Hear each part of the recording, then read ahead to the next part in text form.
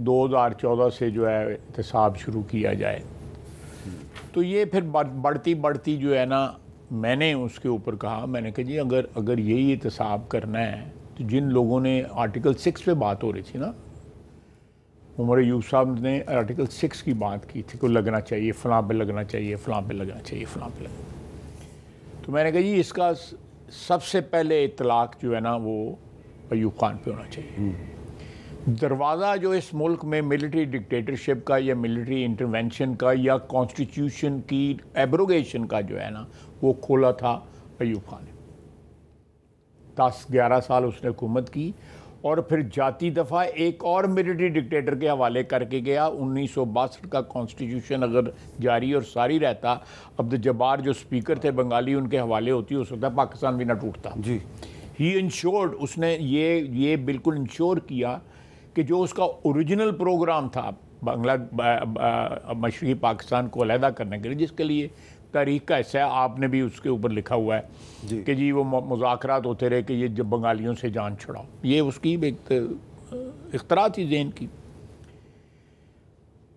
آپ کو پتہ ہے کہ ان کے خلاف انکوائری بھی ہوئی تھی جب پارٹیشن میں جو ہندو جاتے تھے اس طرف مہاجر ہو کے انڈیا بھارت کی طرف جو جاتے تھے، ان کے ساتھ کیا ہوتا رہا اور کیا لین دین. اور قائد اعظم محمد علی جناح نے ان کو پوسٹنگ کر دی تھی ان کی ایسٹ پاکستان.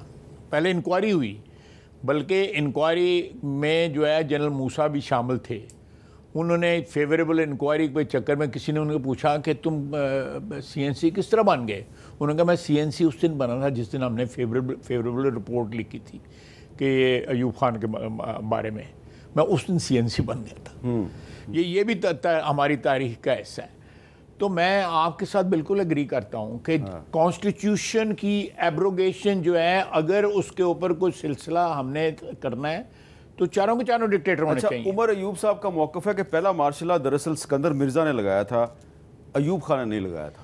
اچھا، واردات سکندر مرزا نے کی تھی پہلا، ویسے معصوم کڈے نے، لیکن وہ کچھ دن کے بعد پھر ایوب خان نے سکندر مرزا سے استعفیٰ لے کے خود قبضہ کر لیا. ہاں، یعنی الٹیمیٹ واردات جو تھی وہ تو پھر یہ ایوب خان نے کی تھی. ہاں، اور اس کے بعد اگر وہ اتنے ایماندار تھے، اتنے محب الوطن تھے، اتنے آئین پسند تھے تو کرتے آئین کو ریسٹور. 1956 کا آئین ریسٹور کرتے اور اس کے تحت جو ہے حکومت کو بحال کرتے. الیکشن ہونے والے تھے، الیکشن کرواتے.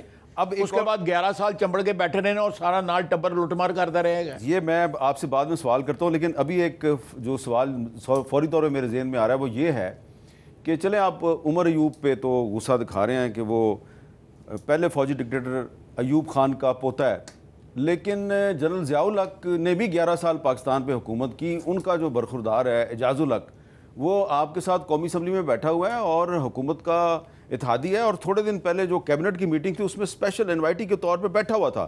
تو عمر ایوب پہ غصہ اور اعجاز الحق کے ساتھ دیکھیں میری بات سنیں، میں امیر صاحب میرا بڑا کلیئر اس پہ موقف ہے. مجھے اس بات کا تانا دیا جاتا ہے کہ میرے والد نے ان کے ساتھ ایک عرصہ گزارا، جنرل ضیاء کے ساتھ مجلس شورا کے چیئرمین رہے. میرا 3 سال وہ چلی تھی. وہ اگر آپ مناسب سمجھے تو میں آپ کو سنواتا ہوں جی. کل شیخ وقاص اکرم صاحب نے واقعی یہ ایک تانا مارا ہے، ذرا سن لیں انہوں نے کیا کہا. عمر ایوب صاحب جو ہیں وہ اس وقت کے پروگریسو پولیٹیشین ہے اور انہوں نے اپنا راستہ خود چنا ہے. ان کو آپ ماضی کے تانے دینے کی کوئی یہ بے تکا کام ہے، اور خصوصاً خواجہ آصف صاحب کے منہ سے یہ کام اس لیے اچھا نہیں لگتا کہ خواجہ صاحب کے جو والد تھے وہ جنرل ضیاء الحق کی شورا کے ممبر بھی تھے اور چیئرمین بھی تھے. جس وقت جنرل مشرف سے یہ پیپلز پارٹی اور نون لیگ کی کولیشن گورنمنٹ نے وہ لیا، حلف لیا وزراء نے، تو کالی پٹیاں بات تو ڈرامہ ہے نا. کالی پٹیاں بن کے بندہ تو انہوں قبول ہے، کالی پٹیاں نالو حرام جڑا حلال ہو جائے گا. جناب کی سیاست جو تھی وہ بھی جنرل ضیاء الحق کے دور میں کیسے گزری، کیا کیا عہدے آئے. یہ انہوں نے تانا مارے. تو پہلے ذرا یہ بتا دیں کہ جو خواجہ صفدر صاحب جو ہیں وہ چیئرمین تھے مجلس شورا کے، اس حوالے سے آپ کا کیا موقف ہے؟ میں نے یہ موقف اسمبلی کے فلور پہ بھی کہا ہوا ہے، آپ کے پروگرام میں بھی میرا مشرف دور میں آپ نے بات کی تھی. مشرف دور میں بات کی. اور اس کے بعد جو ہے میں نے میاں نواز شریف کی حکومت کے دوران بھی میں نے یہ کہا، بلکہ پیپلز پارٹی کی حکومت کے دوران میں بھی یہ کہا. بات یہ ہے کہ میرے والد کو اس وقت ہائنڈ سائٹ کا ایڈوانٹیج نہیں تھا. آج میں دیکھتا ہوں کہ جنرل ضیاء کی جو